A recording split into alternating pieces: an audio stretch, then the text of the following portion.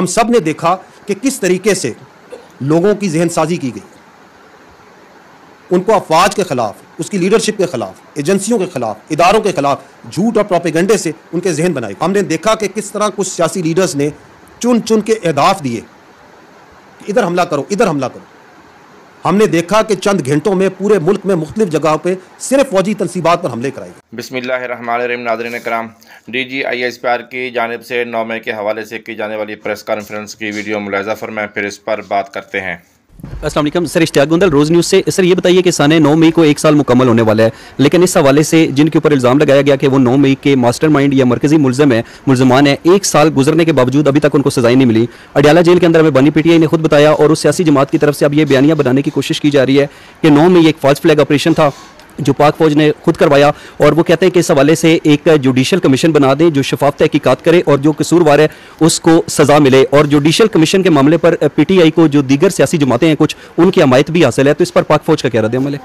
पहली बात तो ये है कि 9 मई सिर्फ अफवाज पाकिस्तान का मुकदमा नहीं, ये पूरे पाकिस्तान के अवाम का मुकदमा है।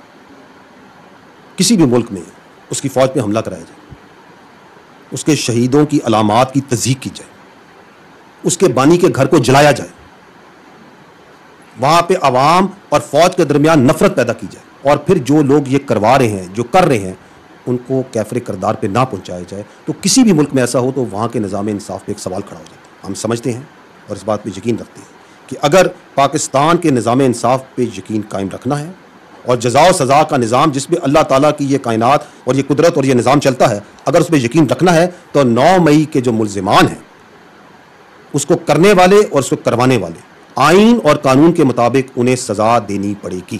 अब आते हैं, ये जो आप बातचीत कर रहे हैं कि इसके ऊपर बयानियाँ बनाया जाता है, देखें 9 मई कोई ढकी छुपी चीज़ नहीं है। इसके जो नाकाबिले तरदीद शवाहिद जो उनसे हैं वो अवाम के पास भी हैं, अफवाज के पास भी, हम सब के पास। हम सब ने अपनी आंखों से इस वाक़े को होते देखा।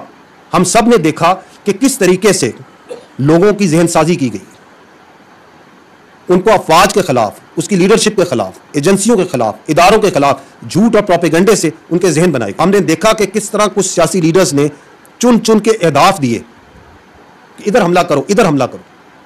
हमने देखा कि चंद घंटों में पूरे मुल्क में मुख्तलिफ जगहों पर सिर्फ फौजी तनसीबात पर हमले कराए गए, और इन वाकयात को आपने भी देखा, कैमरे की आंख ने फिल्म बंद भी किया। और जब ये शवाहिद और ये सारी चीज़ें लोगों के सामने आई तो आपने अवाम का गुस्सा और रद्द-ए-अमल भी देखा। आपने ये भी देखा कि किस तरह अवाम ने उस इंतशारी टोले से पीछे हटी। तो जब ये खुल के सामने आ गया तो वो दूसरा फरेब और दूसरा झूठ और दूसरा प्रोपेगेंडा शुरू किया गया कि ये फॉल्स फ्लैग ऑपरेशन है, ये तो पता ही नहीं क्या हुआ, कौन कर गया, कैसे कर गया। ऐसे लोगों के लिए कहा गया है you can fool all the people some of the time, some of the people all the times, but you can not fool all the people all the times. तो ये झूठ और फरेब मेरे भाई ये नहीं चल सकता। ये जो मैंने आपको बताया और जो आप लोगों ने देखा ये आप लोगों के सामने है।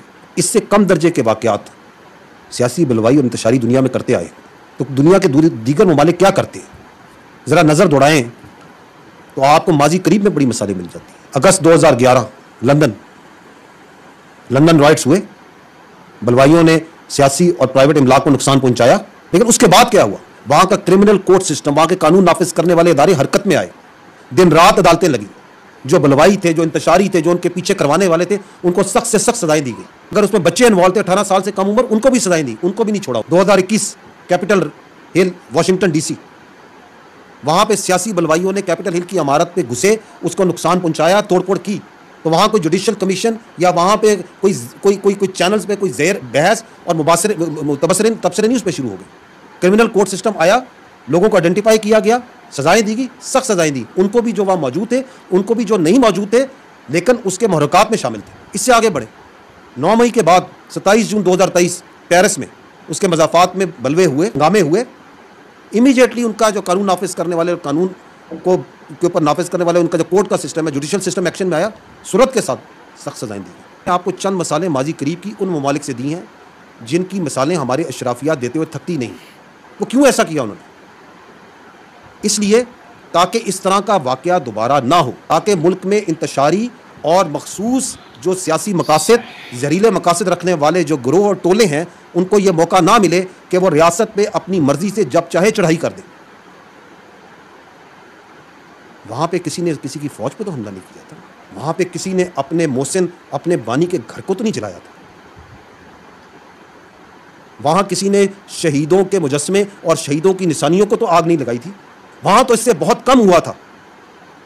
तो सवाल ये बनता है कि आज हम क्यों किसी वजह से एक हरबा, दूसरा तारीखी हरबा और 9 मई करने और करवाने वालों के जो मकाफात अमल है उसको पीछे क्यों धकेल रहे हैं? ये सवाल बनता है। क्या हम किसी खुदा ना खास्ता किसी और 9 मई के सामने का इंतजार कर रहे हैं? कहा जाता है कि जुडिशल कमीशन बना दिया जाए। ख़वातीन और हज़रात, मेरा सवाल यह है कि जुडिशल कमीशन तो उस चीज़ पे बनता है जिसके बारे में कोई इबाहम हो। ये वाक़यात, उसकी एक छोटी सी झलक आपने देखी अब से। ये तो तारीख के अंदर आपके सामने है, एब्सोल्युटली क्लियर। ये भी क्लियर है कि किस तरीके से वर्गलाया गया, कैसे ज़हनसाजी की गई, कैसे अहदाफ दिखाए गए, कैसे निकाला गया, कैसे किया गया। और उसमें भी कन्फ्यूजन और हेज़ डालने के लिए कहा जाए कि जुडिशल कमीशन बना दें ताकि पता चले ये वाक़या हुआ है या नहीं हुआ, किसने किया।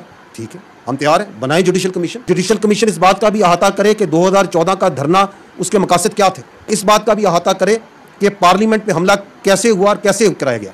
वो पीटीवी पर हमले का भी अहाता करे।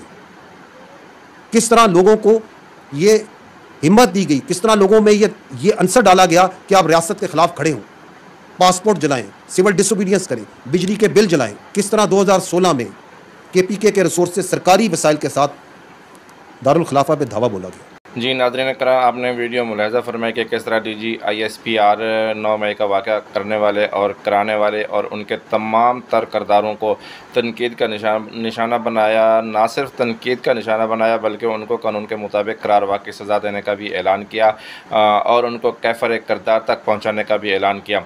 DGISPR ने वाज़ेह अल्फाज में बानी PTI इमरान खान और PTI लीडरशिप को इसका ज़िम्मेदार करार दिया। उन्होंने कहा कि कौम जानती है कि किस तरह लोगों के जहनों को बदला गया और किस तरह प्लानिंग की गई, किस तरह लोगों की ब्रेन वाशिंग की गई कि सिर्फ फ़ौजी तनसीबात को पूरे मुल्क में निशाना बनाया गया। और इस तमाम वाक़ये का मास्टरमाइंड सिर्फ और सिर्फ बानी PTI है। जुडिशल कमीशन बनाने के सवाल के जवाब में DGISPR का कहना था कि वैसे तो जुडिशल कमीशन बनाने की कोई ज़रूरत नहीं है क्योंकि पूरे मुल्क ने देखा और इस तमाम तर वाक़यात की फ़ुटेज भी ना सिर्फ फ़ौज के पास बल्कि साफ़ियों के साथ साथ पूरी आवाम के पास हैं और लोगों को पता है कि जिससे ये वाज़ेह पता चलता है कि जुडिशल कमीशन बनाने के सवाल के जवाब में DGISPR का कहना था कि वैसे तो जुडिशल कमीशन बनाने की ज़रूरत नहीं है क्योंकि पूरे मुल्क ने देखा और इस तमाम वाक़या की फ़ुटेज भी ना सिर्फ फ़ौज के पास बल्कि सहाफ़ियों और तमाम दूसरे लोगों के पास भी मौजूद हैं, जिससे साफ पता चलता है कि ये सब करने और कराने वाले कौन से लोग हैं। मगर इसके बाद भी अगर जुडिशल कमीशन बनाना है तो जी बिस्मिल्लाह बनाए, फिर वाक़या की तहकीकात वाक़या की तह तक जाना होगा। 2014 के धरने की भी तहकीकात करनी होगी और 2014 के धरना के क्या मकासद थे इसका भी पता लगाना होगा।